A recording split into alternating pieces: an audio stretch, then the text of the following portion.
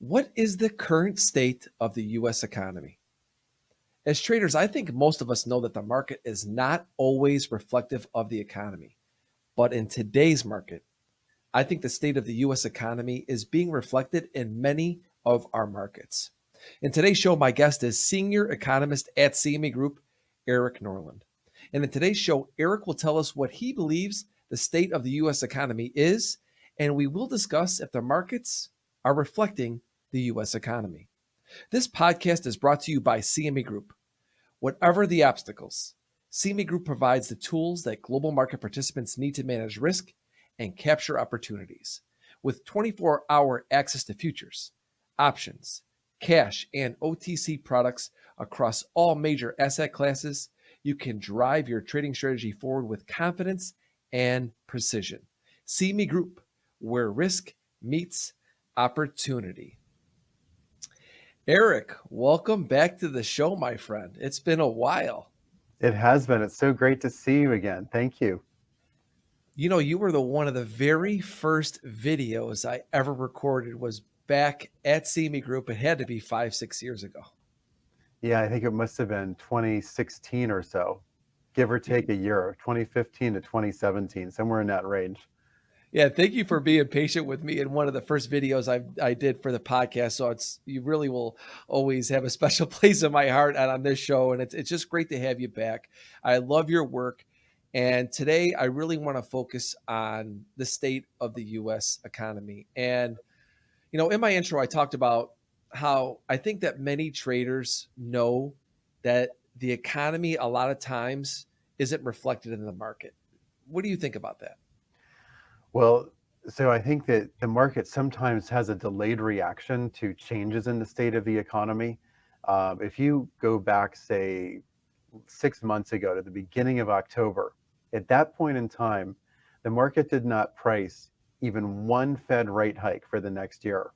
And so here we are 6 months later, the Fed's already hiked once.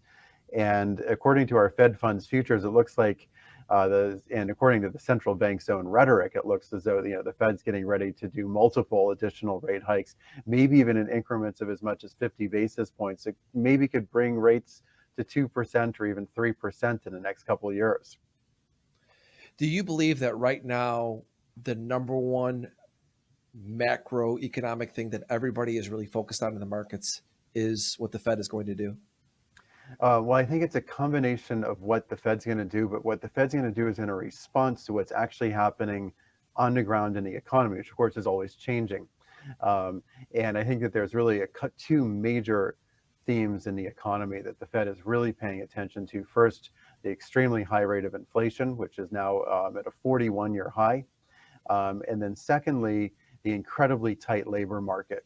But beyond those two issues, you also have the additional problems of supply chain issues, which are related to COVID lockdowns in China, the Russo-Ukrainian conflict, as well as ongoing problems related to COVID that are still working their way through the economy even after 2 years.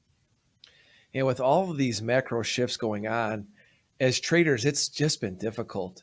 I look at all of these different headlines, all the different data points. There's so much to take in. And actually, you put together some slides of some things that you think are very important things for traders to be keeping an eye on. And I want to take us right to the slides just to kick things off. So this first slide I have up here is this U.S. corporate profits as percent of nominal GDP, 1996 to 2021. Why is this an important slide to take a look at here today? So I think this is really important for everybody in the equity market in particular to understand. Corporate profits have expanded to almost 12% of GDP. That's about as high as they've ever been historically. And usually when they start getting up towards 12% of GDP, you wind up seeing some downward pressures on corporate profits. And so I think the downward pressures on corporate profits we could potentially see are coming from the extremely tight labor market. So corporations are having to pay their workers more and more money. They're having difficulty recruiting talent, so they're going to have to raise wages potentially to bring new people in. And in addition to that, they also have soaring commodity costs, as well as many other costs related to the supply chain. So their input costs are going way, way up. And it's not really clear that their margins can maintain this level. And if they can't, that could eventually become a problem for the equity market. Thanks for sharing that, Erik. I want to go to this next slide and let's talk about this one. It says U.S. inflation and unemployment rate since 1953. This is one that I thought was very interesting. Talk to us about what you're seeing here. What you see is a combination of two things. So first, obviously, inflation rates that are going now north of 8%. The headline number came in just yesterday at positive 8.5%. And at the same time, you have unemployment dropping back below 4%. We've only had below 4% employment a few times in the country's recent history. So we had it immediately before the pandemic struck. We got down to 3.5%. We had it, briefly in 2000, and then you really have to go back to the late 1960s. But I think the concern here for anybody who trades interest rates or equities or currencies or commodities is that in some ways this is beginning to look like the late 60s. You have a very tight labor market, and inflation has become, first of all, unstable. Then secondly, on a very, very marked upward trend. And so the 1970s were a very difficult time for investors for a whole variety of reasons. But I think there's a fear that maybe we could see some sort of return to that kind of an economy. What I want to do is I want to keep going through these slides because we only have a couple more left. And I think a little bit later in the show, what I think would be really interesting is to go to all of the charts to see how you think these slides that you're showing us are currently impacting the markets, or maybe they're not currently impacting the markets and may down the road. So I actually want to go to this next slide here. And this next one is the Federal Reserve total assets as of March 16, 2022. Talk to us about this one. Yeah, so the Federal Reserve just finished this massive quantitative easing program. Curiously, they had actually begun quantitative easing even before the pandemic struck. Then you see that period in 2020 when the line goes pretty much vertical. They did I think $3 trillion of QE in 3 months. And then after that, they continued to expand the balance sheet up until February.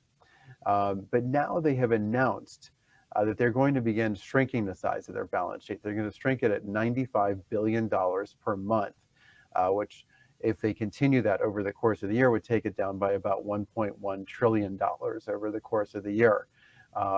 So a lot of what we've seen in the last 2 years is this tremendous asset price inflation, this huge run up in many commodity prices, as well as the equity indices, most notably the Nasdaq. But now the Fed's going to start pulling that liquidity back out of the market. And you're also starting to see the impact on long-term bonds, which in the last few weeks have really started to see a significant rise in yields. So this, I think, is a really going to be a big change for the markets and the market dynamic. Last slide before we go to the charts to see how these slides that everything you're discussing here are impacting or not impacting the markets is this U.S. producer price inflation. So I think this one really goes together with the corporate profits chart. So corporate profits soared to 12% of GDP, but now producer prices, which are essentially what corporations pay for what we would call intermediate goods, like products that are not really quite finished, but components for different goods that they're assembling, et cetera.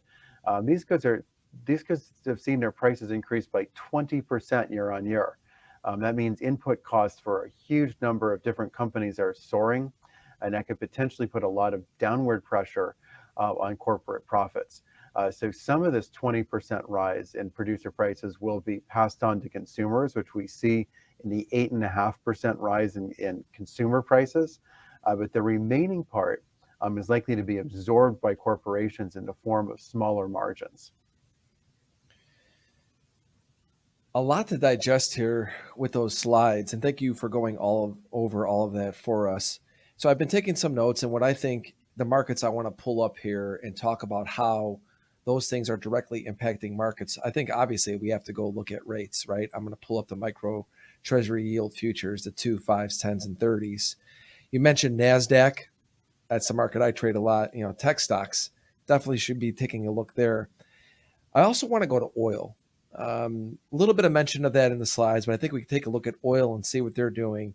And then I also want to go to gold, because gold is one of those I'm going to be curious to see what you think about it, because a lot of what you're saying made me think about gold. But when I look at gold on the chart, I mean, a little bit of movement earlier in the year. I mean, yeah, we're trying to grind higher, but we're not just seeing what I would think gold would be an outperformer in this type of environment is actually happening. So we're going to take a quick break. And then when we come back, we're going to go over each one of those markets and talk about how much Erik thinks the U.S. economy is impacting these markets or not impacting these markets. And maybe there's opportunity right in front of us. Back in 30 seconds. We empower those who act. Those who see the correlation between upswings and downswings. Those who manage risk by meeting each obstacle with a perfectly executed strategy, a measured approach, the right tools, driving accuracy. CME Group, where risk meets opportunity. All right, everybody, we are back. Erik, I want to start off with the 2, 5, 10, and 30-year micro treasury yield futures. Just look at this chart. I just pulled it up here, is the micro 2-year yield futures. Talk to us about the yield curves, what you're seeing, and we'll just start off here with the 2-year. Well, I think there's two things to note about the yield curve. First, that it has changed dramatically in the last few weeks or the last couple of months. As we mentioned at the beginning of October, people didn't think the Fed was going to raise rates at all. They've already raised rates once. Now, if you look at this two-year Treasury yield future, you see that a few days ago it got up to 2.7% yield. It had been looks like 0.7%. Just a few months ago. That's just an enormous change. So yields have gone up very, very dramatically, but they've gone up particularly dramatically at the very short end of the curve. So now the yield curve has this very strange shape where traders seem to expect that the Fed's going to first hike rates a great deal, maybe up to 2-3%, maybe even 3.25% in a couple of years. And then the market price of the Fed's going to subsequently start cutting them back. And maybe settle them in the end around 2.5%. This is a really interesting yield curve shape. This is a very unusual curve shape. Usually curves are either positively sloped, flat, or inverted. But to have one that has sort of multiple shapes going on is extremely unusual in the history of the market. What are your thoughts on everybody talking about how the yield curves are now indicating a recession? What do you think about that?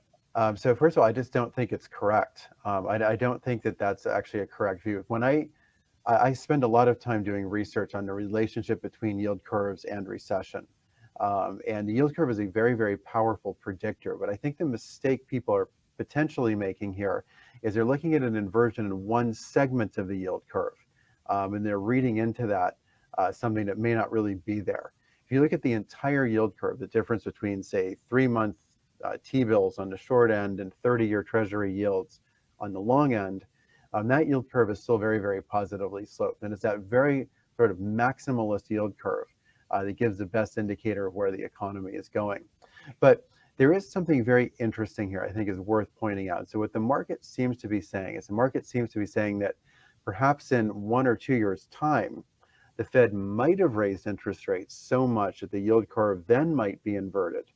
Which then might be signaling problems in the economy to come maybe 6 months or 26 to 24 months after that.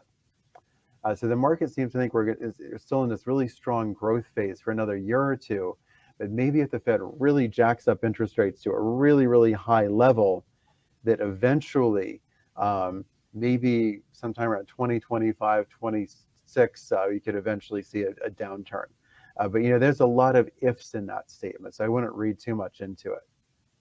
I mean, the tweets were flying around about this, and I'm not someone who's done a ton of work researching how that's impacted markets, but people just continue to keep talking about it. And also something else I see a lot of people keep talking about is a lot of times when the Fed starts to talk about raising rates as much as they've been talking about, like you even said, potentially 50 basis points at the next meeting or even more in upcoming meetings, that almost is indicating that by next year, they'll already be cutting rates. I've been seeing a lot of people talking about that. They're saying that the Fed Yeah. is, when they start to do this, it's actually almost like we're getting ready to start cut rates. I was like, okay, what do you think about that? Well, you know, the market seems to be looking back into history and seeing lots of examples of this. So, for example, in 1994, the Fed hiked rates 300 basis points. They took rates from 3% to 6%. And then in early 1995 or throughout 1995, they cut rates back three times. So they went up 300 and then they went back down Exactly. 75. Um, then in late 90s, they raised rates 175 basis points, actually wound up creating a recession, and then had to cut rates 550 basis points. And so if you look back even recently to say 2018, the Fed had been hiking rates a bunch of times. They got rates up to 2.38%. So they raised rates over 200 basis points, and they had to cut rates 75 basis points in 2019. So the market seems to believe that the Fed is going to overshoot and then correct. That's the pricing in the market. Yeah, so you could see why a lot of people are saying that. And like I said, I didn't know some of those stats that you just pointed out, but that's very interesting because let's face it, eh, it gets me starting thinking a little bit that if the Fed starts raising it the way that they are, and if things don't work out the way that they want, we could be seeing rates getting cut. I'm going to go back to the charts because I pulled the charts off just for a second, just because I wanted to hear you talk about the yield curves. But I just want to show everybody this, and we'll get your thoughts on this before we go to other markets. But you have the 2-year at 2.41, you have the 5-year at 2.66. You have the 10-year at 2.685, the 30-year at 2.798. I mean, when you look at this, why would anybody want to even buy a 30-year at this point when you look at when you can get 2.5% on a 2-year? You gave us some historic stats on the yield curve inversions. What has happened in the past when you've seen something like this, where you've had almost all of them at the same percentage? So I think that there's one piece that's missing here, though. No piece is still missing here is what the 3-month rate is at. So if you look at the actual cost of borrowing for banks at the moment, the Fed has Fed funds, as of this day at 3/8%. So the banks can borrow money at 3/8%, and they can lend it for 2 years at say 2.4%, for 5 years at 2.6%, for 30 years at 2.8%, et cetera. Um, and so they can still make a decent profit margin off of that. I think the problem for the banking system is, eventually if the Fed does do these series of 50 basis point rate hikes, which is what the Fed funds futures was pricing, at least up until very recently, um, that suddenly that yield curve, their cost of funding becomes much, much higher. During the 1980s, the kind of yield curve that we had now is fairly typical. If you go back to years like 1984, 85, 87, 88, you would have yield curves that were kind of steep at the short end and then kind of flat at the longer end. And the economy did okay with those until 1989, when the Federal Reserve raised interest rates up to almost 10%, inverted the yield curve, and then in 1990 and 1991, we had a downturn. But I think the important thing is not just to focus on the 2s 10s or 2s 30s, but to look at 3-month all the way to the end. Interesting. I want to go back to the charts, and I'm going to go to gold here. So this is one where I was very curious to see what you think, because part of what I was wanting to do with you today is obviously get a sense of the state of the U.S. economy. Now, with everything that we all looked at today, with what you discussed in those slides, do you think gold is reflecting what you've been talking about in its price action? I do, and I think it's a very complex story. So I have a quick question for you. I was wondering if you could bring up a longer history of gold and maybe put in 5 years worth of the price, I because should then I be. think you'll be able to see, yeah. So yeah, this is kind of perfect. Yeah, like especially if you kind of focus in on the part since maybe 2017 or so. So I actually pulled up a monthly chart, and this goes back to like the 1970s. So I'll Yeah, squeeze this out a yeah. little If bit you more. squeeze it out a little So bit, you want yeah, to go out to so here's yeah, kind of like 2012 to so this is 10 years. yeah. When you look at this kind of end part of the chart, the part really from 2020. For a while, gold had been in this sort of narrowing pattern, in this sort of wedge formation, where you had it trading in a narrower and narrower range, and then suddenly it broke out of that range, um, earlier this year, it kind of broke out of its narrowing channel and popped up to the upside. Now, it hasn't yet achieved a new high, which is, I think important. But from an economic perspective, I think what's happened in gold here is pretty simple. So in 2018 and 2019, gold had a pretty good time. And the reason was, through that reason we talked about a few minutes ago. So what the Fed did is they've been tightening policy in 2015, 16, 17, 18, and gold was not doing well. Gold typically does not like tighter monetary policy.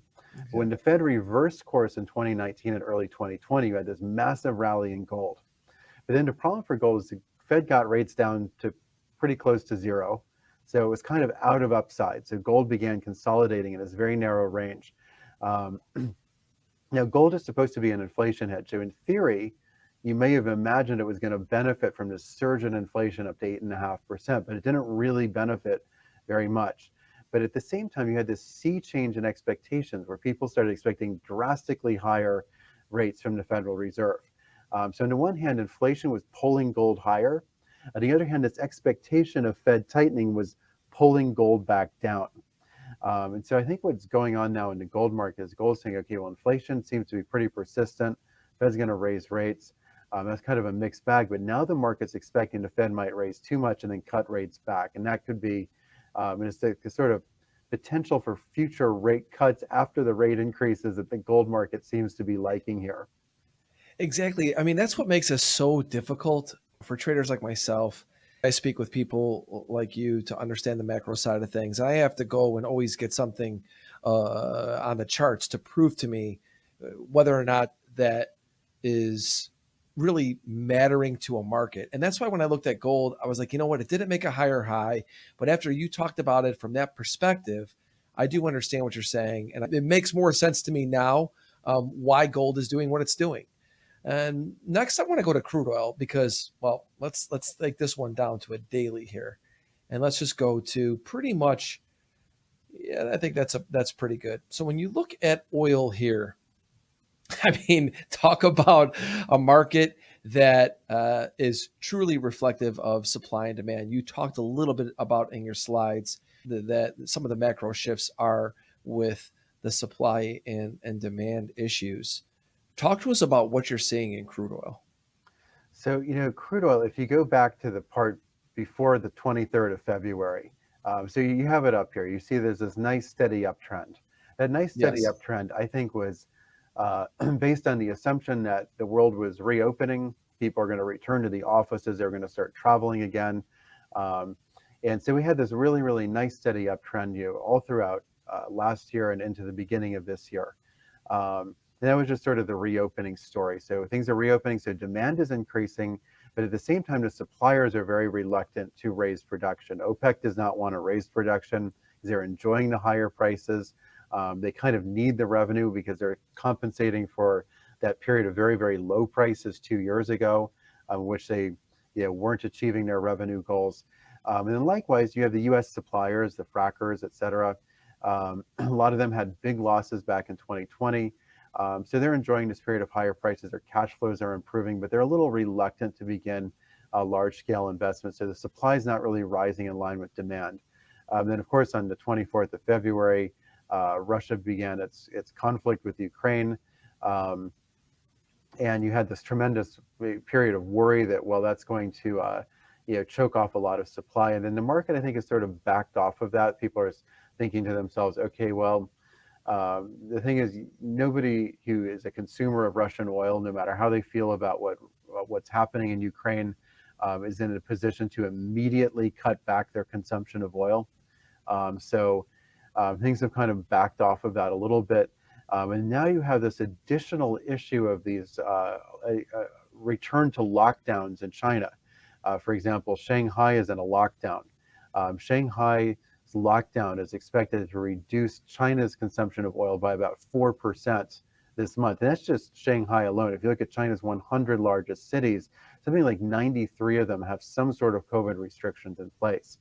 So China is one of the world's biggest oil consumers, and its consumption of oil, at least insofar as March and April are concerned, and maybe May as well, and possibly even further in the future, is starting to really look like it's going to be pretty weak here. So you have all these cross currents. Everybody else is still reopening. China's locking down. You have the geopolitical issues. It's a really, really tough spot for the oil markets. Yeah, going back to what you said, in here, it all made sense, right? Obviously, everything that happened in here did as well. Now brings us to where we are now. And I just see, I mean, it's just a lot of push and pull now. I completely agree with you. I mean, that's one of the most difficult things I think as traders right now is that when you really look at this just from a charting perspective, we're really just kind of back in the middle of that range from that big, huge move up from the end of February till that happened at the beginning of March. And now we're caught in here. And like you said, with Shanghai and just everything else going on globally, it's a lot of push and pull. And so you think ultimately that we probably have some weakness, at least in the short term, because of what you talked about with Shanghai. But just like with that, I look at it and go, they're going to reopen again, And I look at it and say, beyond Shanghai, let's just say that all of a sudden starts to open up again. Does that then add a bid to oil? Because I don't see anything else really changing. I think in the short term to really hurt the price of oil. Or am I wrong on that? Well, I think that there are risks both ways. So I think China's economy is encountering problems that go beyond COVID. Even before COVID started ramping up there again, there had been this big crackdown on the real estate sector in China. And so China's real estate sector, which is a tremendous portion of their GDP, something like almost 1/3 of GDP is real estate related, which is much higher than it was, by the way, in the US, even back in 2006 and 2007, before the housing crisis that led to the global financial crisis. And so China's economy is in this kind of very difficult phase where it's slowing down a lot. Their industrial production is slowing down. And China also saw their exports surge during the pandemic because people were buying all these manufactured goods. Now that the rest of the world is reopening, people are focusing more on experiences, on services, on travel. So none of this is particularly great news for China's economy, and they have a very, very highly valued currency. Most central banks, including the Fed, obviously, are tightening policy. The Chinese central bank is easing monetary policy, and yet they have this very strong currency, which doesn't seem to quite jibe with what's going on relatively in their economy. So I think there's just a lot of risk here for oil and for a whole range of commodities, especially the industrial metals, in relation to what's going on in China. So it really just comes down to push and pull truly on the supply and demand side of things with oil, right? Because it's really hard to predict if we start to have a slowdown that even though there may not be as much oil being produced, there may not be as much oil being used. So you think that that's why it's going to create a little bit of back and forth. And there's really not one side more dominant than the other. Yeah, and I think from the moment the real action is on the demand side. The supply side looks very, very stable. I mean, the US producers might like to increase production, but they're facing a tight labor market. When we had the fracking revolution that began around 2008, they were able to find workers so easily in 2009, 10, 11, and 12 because we had high unemployment.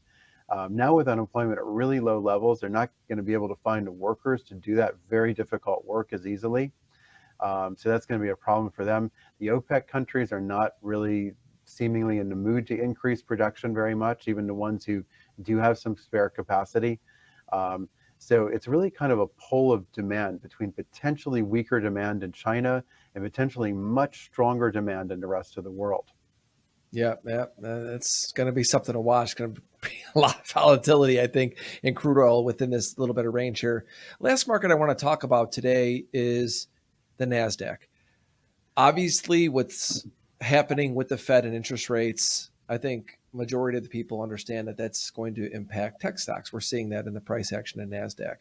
And I pulled up a chart here on the daily. This is back from the beginning of COVID, and then I remember back during this time, March and April, I was doing some interviews and people were talking about they did more QE in that period of time than they did the entire however many years since 2008. And now we're back, like you said, with the Fed raising rates.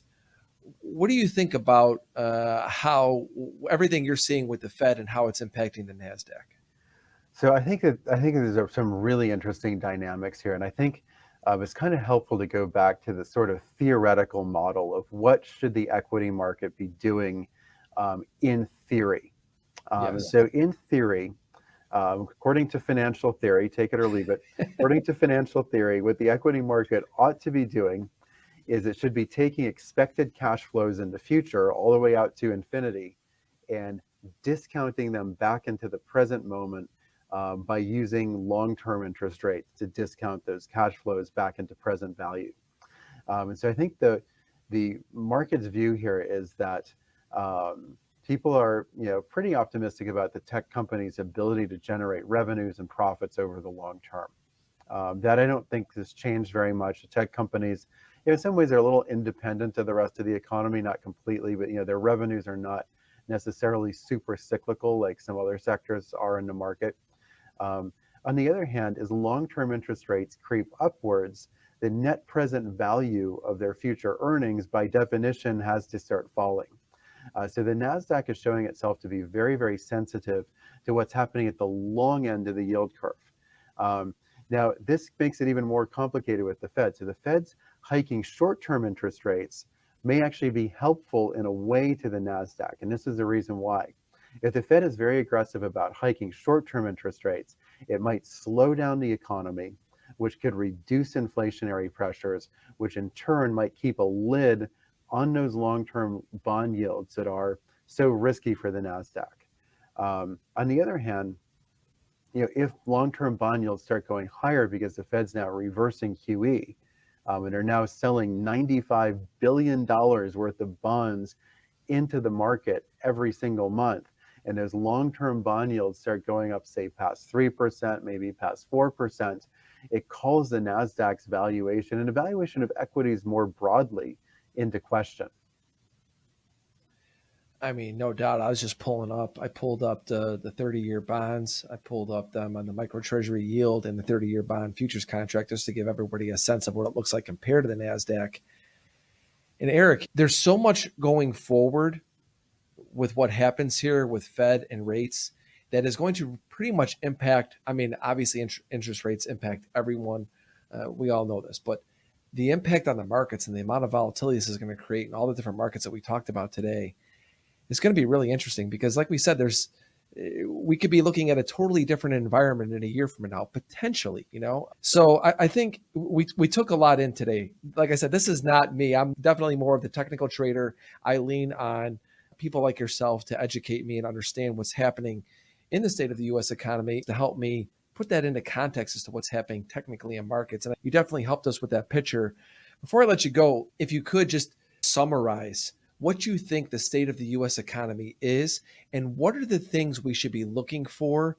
I think in the near term for traders, we don't need to get too far ahead of ourselves, but the things that we should be focused on in the near term. Okay, so in 2 words, I think the U.S. economy is white hot. It's potentially overheating, and so I think that the things I would focus on in terms of pure economic data is the month-on-month number for CPI, especially the ex-food and energy number. So the year-on-year number, everyone looks at the year-on-year number. So year-on-year number recently came out at 6.5% year-on-year. This is a problematic number because when a new number comes on, an old number falls off. So last year in April, May, and June, the numbers were something like up 0.9, up 0.7, and up 0.8, if I remember correctly. So unless we beat those, the year-on-year number is likely to start falling in the next 3 months. But on the other hand, if the Fed's really going to get us back to 2% inflation, then we should only be seeing 0.2% increases every month or so, give or take. But even this last month, we saw 0.3%. In the previous 5 months, it was more like 0.5%, 0.6% per month. If those numbers just take whatever number comes in and multiply it by 12, and you have the annualized version of the inflation rate. And that's been bouncing around from 3.6% to 7%. This is really critical because if long-term inflation expectations are not contained, then almost by definition, at some point, those long-term bond yields are going to have to go much, much higher. The Fed might have to raise interest rates much higher than it currently thinks, and that could be potentially really bad news for equities and complicated news for gold. And the other thing I'd look at is the labor data. So, we've gone back to just 1.5 million jobs below peak employment from 2019. Employers are, so look at the NFP data, but not so much the month-on-month change, but the total number of people employed. And just compare it to where we were at the height in 2019. We're almost back there. And there's a separate survey called the JOLT survey that measures job listings and jobs openings. Employers are looking to hire 11.2 million workers. Where do you find 11.2 million workers when you're only 1.5 million workers below peak employment? Even if the population expanded a little bit over the last couple of years, you're still looking at maybe like 2.5 million people available to fill 11 million jobs. And so this is what's causing wages to go higher. And inflation over the long term is pretty simple.